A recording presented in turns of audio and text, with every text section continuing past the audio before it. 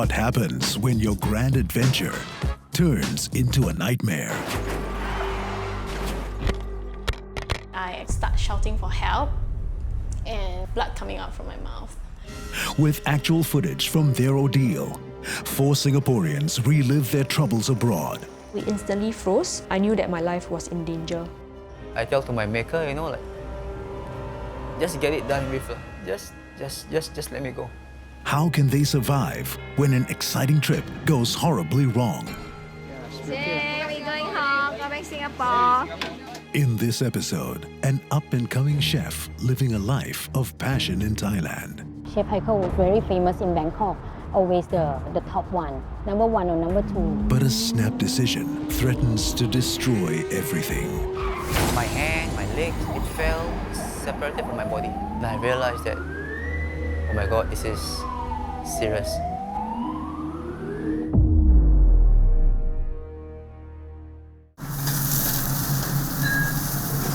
Hot water, then puree. You take the nitrogen, put inside the bowl. Check the egg, whether it is fresh or not. I'm the kind of person who don't want to lose in anything. I want to win.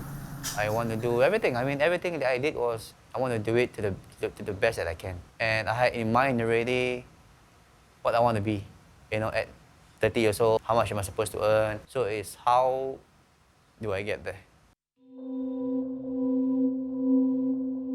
I was an executive chef at the age of maybe 26. I was 29, that's where I went to Bangkok to open Amber. And then one of my manager told me that, Chef, this Mr. Lee is here again. He's been here 1 week almost like 2 or 3 times a day. I said, oh really? Well, he really liked the food so much. Actually, he's very rich, very influential. He was about to open his first F&B outlet.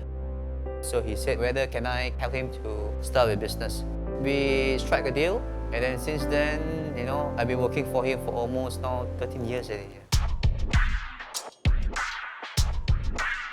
Chef Haikal is very famous in Bangkok, always the top one, number 1 or number 2. You feel being recognized for all the hard work. I feel like on the top of the world.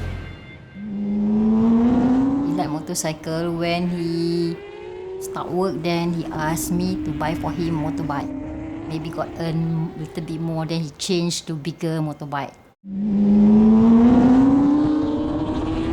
I think he likes the thrill. He's a very fast rider.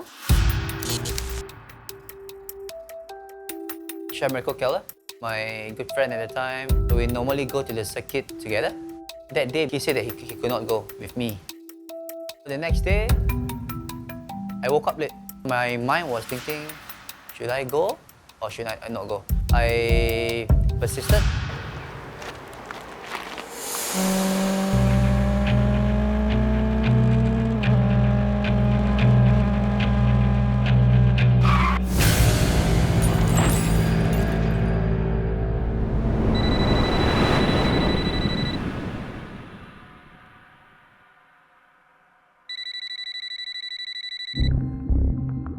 When I received the call, my daughter-in-law said that Haikal got an accident.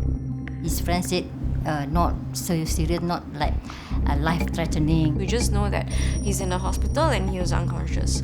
But we don't know how severe his injuries were. We decided, okay, let's book the next flight out.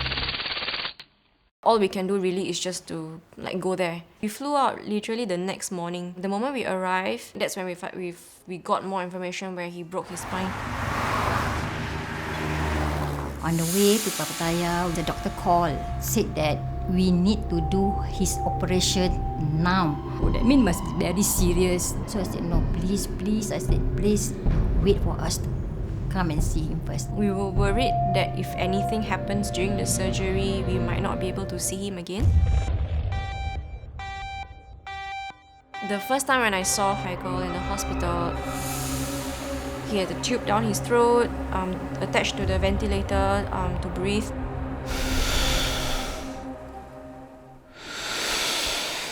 I so sad. He was, don't know anything. Doesn't look like him. I crying lah. I call him, Haikal, I'm coming. Say, Mommy coming. He opened his eyes, said that. Then after that, he closed back. It was very fast. I think it was only maybe 10 minutes max we got to see him, and they were already rushed Haikal into the surgery room. All I can feel is just bright lights. I only can hear the doctor. He told me that, Mr. Muhammad, you have to be very strong. Because I was heavily sedated, I really didn't know what it meant. The next time I opened my eyes again, I saw my wife, my kids, my mom. I tried to call them, or I tried to bring out my hands, but nothing moved. The surgeon mentioned that he broke his spine. He'll be paralyzed from the neck down. And then I think my sister-in-law just lost it. My mom didn't really understand yet.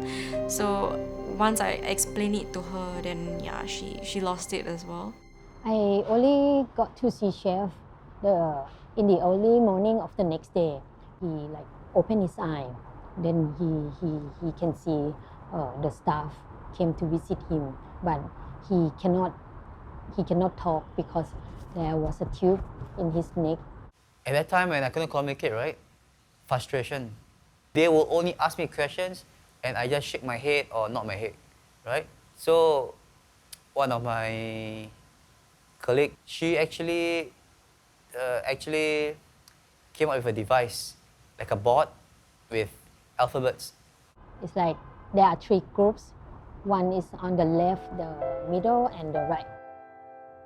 I try to tell him that if the alphabet falls on the left side, you blink left eye. And then if it's the center, maybe 2 eyes. And if right one, only right eye. And then we can figure out what he wants to say. From there, maybe if I want to spell, thank God, my brain was still working. If the injury caused my brain, I can't even spell, right? The surgeon on Pattaya mentioned that it's best if he stayed here first. But at the end of the day, we weighed things and then we decided, you know what, let's just bring him back to NUH. I told them to charter a flight, take Haikal, and bring him back.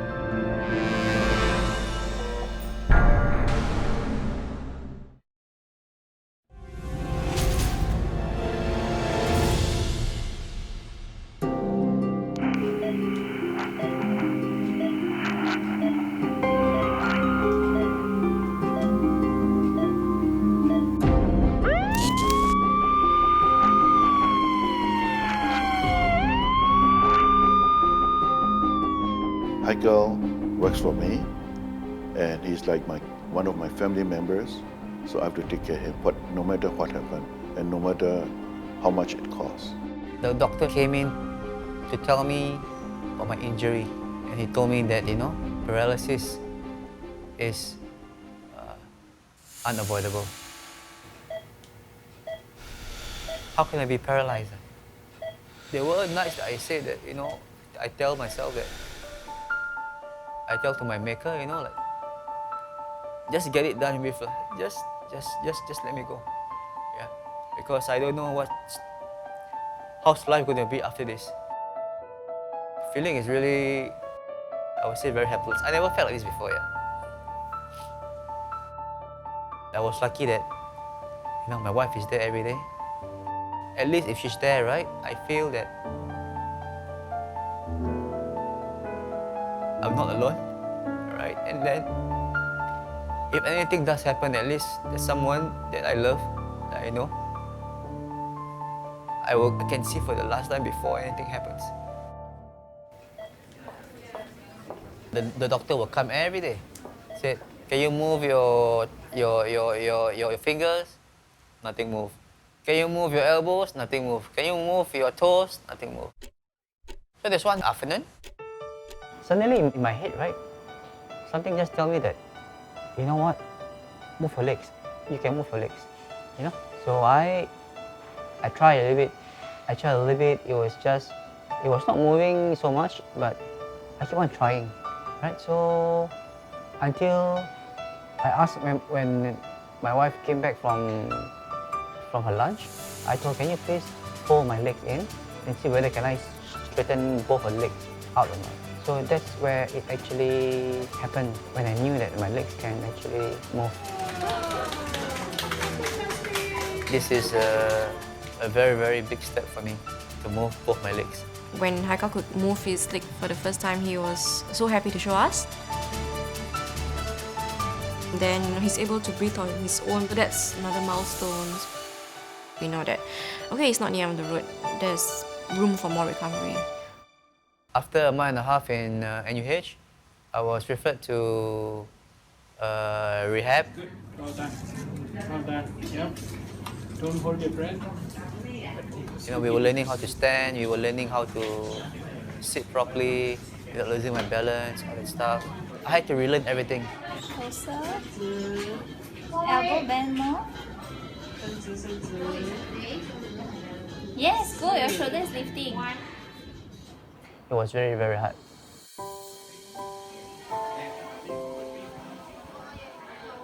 For example, like sitting down. People, you know, you and me just sit down before, like, just normally. But now when I sit at the edge of the bed, I want to move forward. So I say, oh my God, like, such a simple task like this, I have to relearn again. Things like this you can't even do. What about walking, you know, or standing or sitting down? Sometimes that also messed up my mind also. He wanted to really work hard to gain as much as possible. That not every patient has this level of determination. I actually push really, really hard during the rehab.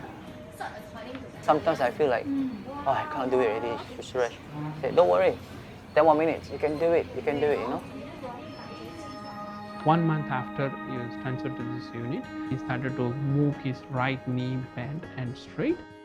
4 weeks after the rehab, he started to sit down at the edge of the bed without anyone holding him.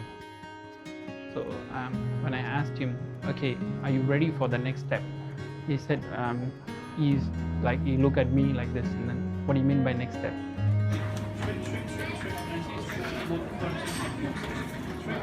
I was walking, although not a proper walk, right?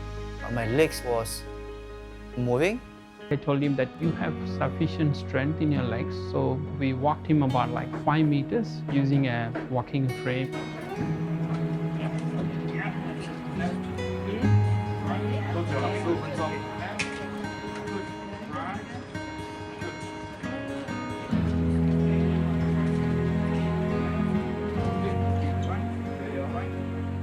It was a very emotional moment, but from there onwards he realized that what is his potential, so how much he could do.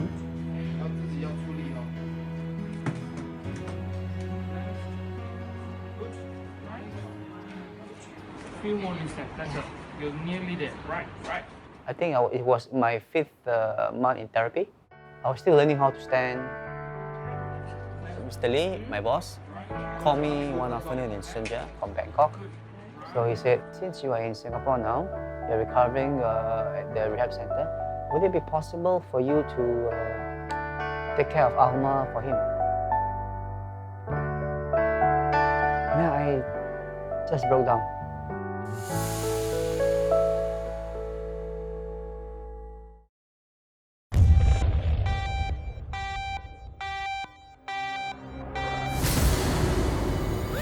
After the accident, I broke my cervical spine, C3 and C4, which was very serious. I started working at Alma during my 5th month of therapy. I still remember the first day. When I first came out from the car, I said, oh my God. The highest steps that I ever took in rehab was like maybe 3 or 4 steps, and this was like 6, 7 high steps.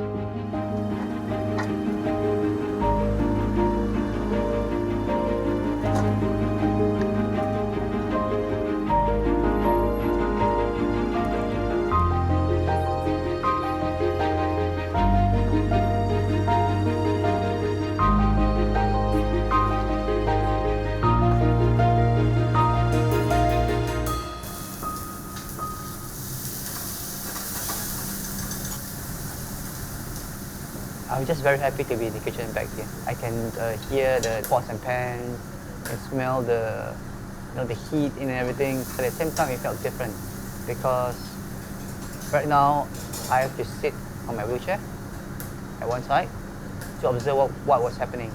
Okay, so you're going to tell all right to play the thing as fast as possible because later the crab will be cold anymore. I will go. Yeah, okay, please. My diaphragm is also affected by this injury, so I could not talk. I could not talk very loud. Still got hair. Got hair. Okay, pick up the board and hold it. 5 months after my rehab in Senja, on May the 12th, I actually so-called discharged myself because a part of me, I want to get back to work. If I would stay longer, maybe my recovery would be even faster. The other part of me, being a workaholic, I want to get back to work. I want to get back to work so that I also can forget about the state that I'm in now. The first time when I saw Haikal, he was lying down in the bed and his wife on the bedside. He was like paralyzed below his neck. He can only move his toes on his right side a little bit, wiggle his toes, but otherwise there is no movement. At the time of discharge, that is in May 2016, he was able to walk a very good distance, like about 100 meters he can walk, and he doesn't require any walking aid like walking frame or crutches or anything. My wish for Haikal is to continue his rehab and never give up, and continue to improve and show your improvement to us, amaze us. That's very important.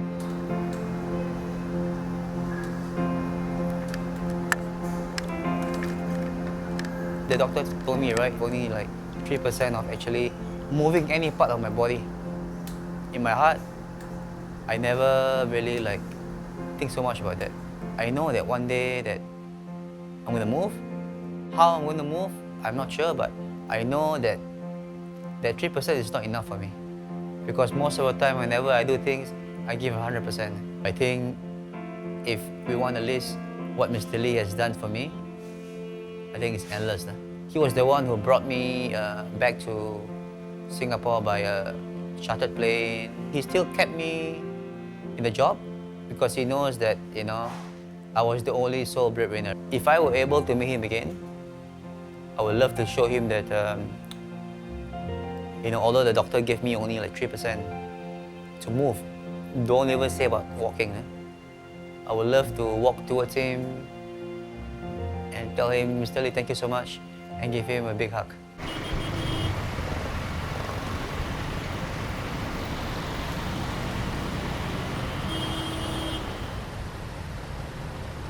The last time when I saw Mr. Lee, it was I was at the rehab bed, right? Not be able to move anything. I guess if he sees me walking independently, going towards him, I think it will mean something for me.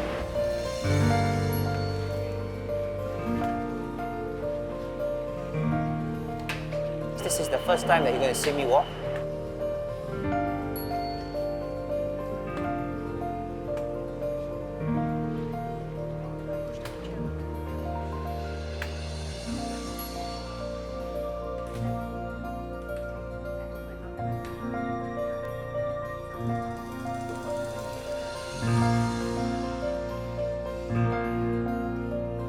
Hey, Haikal, you're here. Big surprise. Oh my God, you never tell me. Surprise, eh? Yeah, surprise, yeah. The best part of the surprise was he was really surprised. That first look on his face, and for the first time I actually saw a bit of tears from him. I read a very, very small journal for you, and today I'm in Bangkok to pass this to you. And thank you for everything. Thank you so much for everything. Thank you so much. Thank you. Thank you so much. Thank you for taking care of me and believing in me. When I saw him weep, right, I feel that I meant a lot to him also. So that meant a lot to me. The contents of the journal, it actually expressed the feelings that I had, not only after the accident, even before the accident. And I tell him that there is no other person that I knew ever in my life that have such a very big heart like him. And the most important is like, he was like my father figure after my real father was gone already. If I have to put myself in his shoes, I don't think I will survive. I don't have that kind of willpower, to be honest. But he has. He is a very special person in that sense. A normal person will not survive like him. Honestly, no way.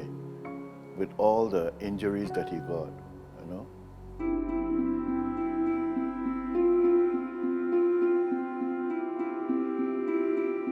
There's one journalist said that, you know, you are the first ever Malay that actually got a Michelin star. But what that makes me more happier is when I can move my arms for the first time, my leg for the first time. That was, for me, one star. That I was able to stand up on my both legs, balancing myself, taking a small step forward without any crutches or aids. That was 2 stars for me. So I don't know which priority should I be aiming for Alma for a 2nd star, or should I go for my 3rd star, which I can be independent.